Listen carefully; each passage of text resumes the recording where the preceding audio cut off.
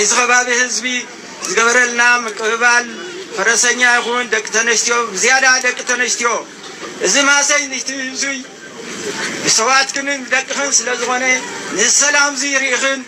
ዝገበርክናልና ኣቀባባል ንሕና ዝያዳ ብጣዕሚ ዓብዪ ሓጎስና ዝገበርና ረኸብና ዝኾነ ይኹን ግን ኣነ ሕጂ ሕፅር ኣቢለይ ክብል ዝኽእል ወዲ ሰብ እንታይ ዝደሊ ሓጎስ ልዕሊ ሓጎስ ኣበይ ኣሎ ልዕሊ ሓጎስ ኣበይ ኣሎ መን ይምልስ ካብ ህዋስ ሻዕ ምድሪ ዘሎ መሬት ሰብ ኣእዋም እንስሳ ኩሉ ፍጡር እንታይ ይደሊ ሰላም ኩሉ ሰብ ካብ ሓንቲ ቤተሰብ ስድራ ቤት ኩሉ ሰብ ሰላም ይደሊ ንሕና ኣብዚ ከባቢ ዘለና በተለይ ዘን ከባቢ ዘለና ዶብ ዘለና ተሃሰይቲ ስለ ዝኾንና ንዚ ሰላም ብሃንቀውታ ብጸሎት ክንቅበሎ ንሕና ኢና ክንዕቅቦ ዝግባእ መን እዩ ንሰላም ኣብ ሓደ ዝተቐበረ ብሓደ ዝደመየ ንሰላም ዝሕምስ መን እዩ ሰይጣን ጥራሕ እዩ ሰይጣን ጥራሕ እዩ ሰይጣን ከመን እዩ ስርናይ ንሕና ኢና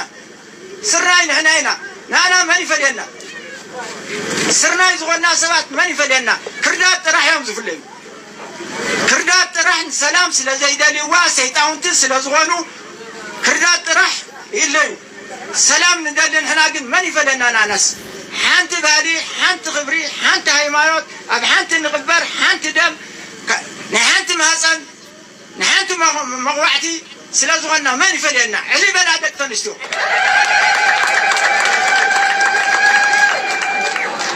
ዝኾነ ይኹን ግን ንሕና ብእውነት ዝተገበረልና ክብሪ ናይ ውድብና ሃለዋት ዝምልከት ዘሕስበካ ምዃኑ ኣልዒልካ ኣለኻ ብጣዕሚ ዝገርም እዩ ኣብ ኩሎም መድረኻት ዝተመዛበለ ህዝብና በይኑ ይኹን ምሰብ ከከባቢኡ ዘሎ ህዝቢ ክነማይት ከለና ከም ውድብ ብዛዕባ ሽግሩ ብዛዕባ መከሩ ብዛዕባ ዝነብሮ ዘሎ ሕሱም ናብራ ይዛረብ እዩ ግን ንቅድም ውድበይ ተሃልወለ እዩ ናብ ቦታና ክንምለስ እውንስ ውድብና ተሃልወልና ኢሉ ኩሉ ግዜ ዝቐርብ እዚ ኣብ መንጎት ህዝብን ኣብ መንጎት ህዝብናን ኣብ መንጎ ህዝብናን ኣብ መንጎ ውድብናን ዘለዎ ምትእስሳር እዩ ዘርኢ ከምቲ ዝገለጽካዮ ብዛዕባ ናይ ውድብና ካብዚ እዋን እዚ ሰሪዝናኩም ኢና ገለመለ ኢሎም ናይ ባዕሎም ቀደም እውን ብኦመይ ተመዝገብናን ሰሪዝናዮ ዝበልዎ እውን ንዓና ይምልከተናን ኢና ኢሉ ውድብና 50 ዓመት ዝገበረ ውድብ ኣብ ነብሲ ወከፍ ህዝቢ ትግራይ ልቢ ዘሎ ውድብ እምበር ብቕንጣብ ወረቐት ዝድምሰስ ዝስረዝ ወይ ካልእ ዝኸውን ኣይኮን ናብ ስርዓቶም እተው ብስርዓት ክንከይድ ተኾይኑ ናብ ስርዓትኩም እተው ውድብ ሕወሓት بسممع بريتوريا تفليتو زحدر يناي قدمي يناي كوينات قديفنا بريتوريا سممع نت كفرم كله جن حوحات كويني يفرم حوحات كوينو زفرم ودب عيفلت أكاني المريس خالي بيرو خالي مسرابيت خالي سرح خسرح شرح صلاتي نحنا قلناكم مسألة نجارات عين وردد نحنا علم زفلت أن سممع بريتوريا زفرمنا بسممع بريتوريا مسارته الندارة درزلنا ودب سلازخانة بزح زحسبنا أي لعلو كله دم حوحات عبنا وسوكف لبهز بتقرأ أزل سلازي بمعنى ما يتسرز بمعنى أيتدمسس مالت كمودب حوحاتنا قدامنت سرحنا لعلاونت تقرأ من الرقاقات استمزابلن استسددن هزبنا نام مربت مملاس ابتحتيص على أزل هزبنا حرام وصعي قبلا حلافيت بيت صحفات ودب حوحات ويزورو فتلور كورزجير مستمزابلتي كلاستر مقالة أبزاك كايدو زتا جاليسان حلافيت بيت صحفات ودب حوحات ويزورو فتلور كورزجير مستمزابلتي كلاستر مقالة أبزاك كايدو تزتا كابزبالتو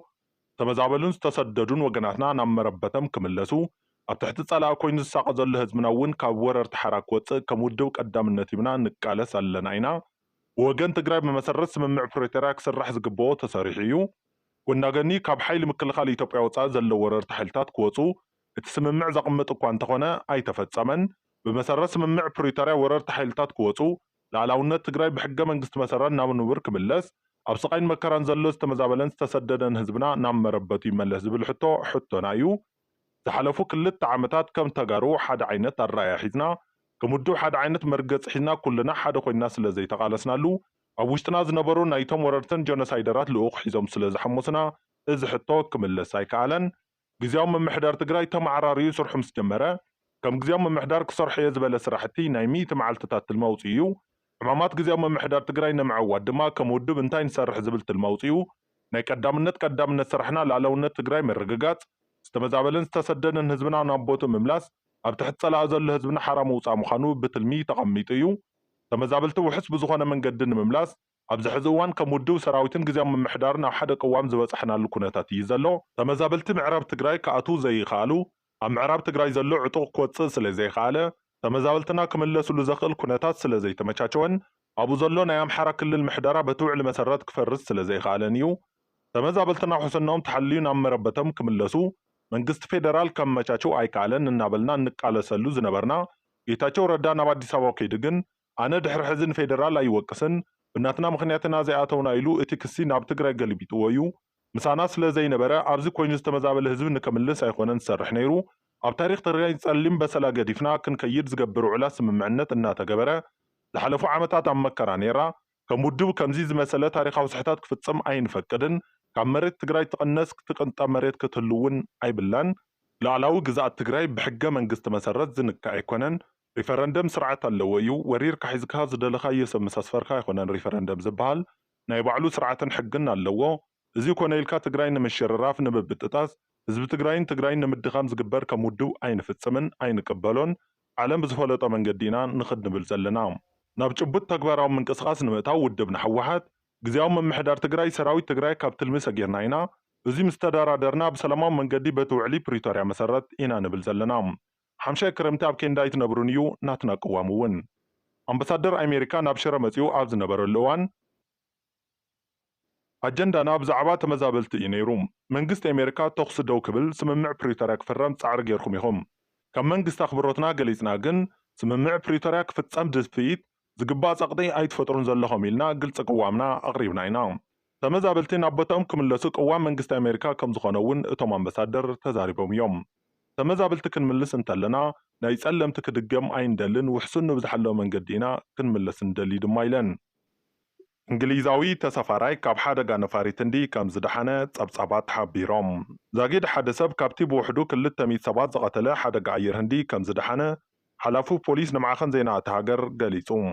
ኮሚሽነር ፖሊስ ኣሕመድ ኣባድ ጂኤስ ማሊክ ንኤንኣይ ኣብ ዝሃቦ ሓበሬታ ኣብታ ናብ ለንደን እትኸይድ ዝነበረት ቦይንግ 7878 ዝዓይነታ ነፋሪት ኣብ ወንበር ቁፅሪ 11ኤ ዝነበረ ገያሻይ ካብታ ሓደጋ ዝደሓነ ምዃኑ ኣፍሊጡ እቲ ተሳፋራይ ብሪጣንያዊ ምዃኑን ሽዋስ ኩማር ራመሽ ከም ዝበሃልን ሰበስልጣናት ገሊጾም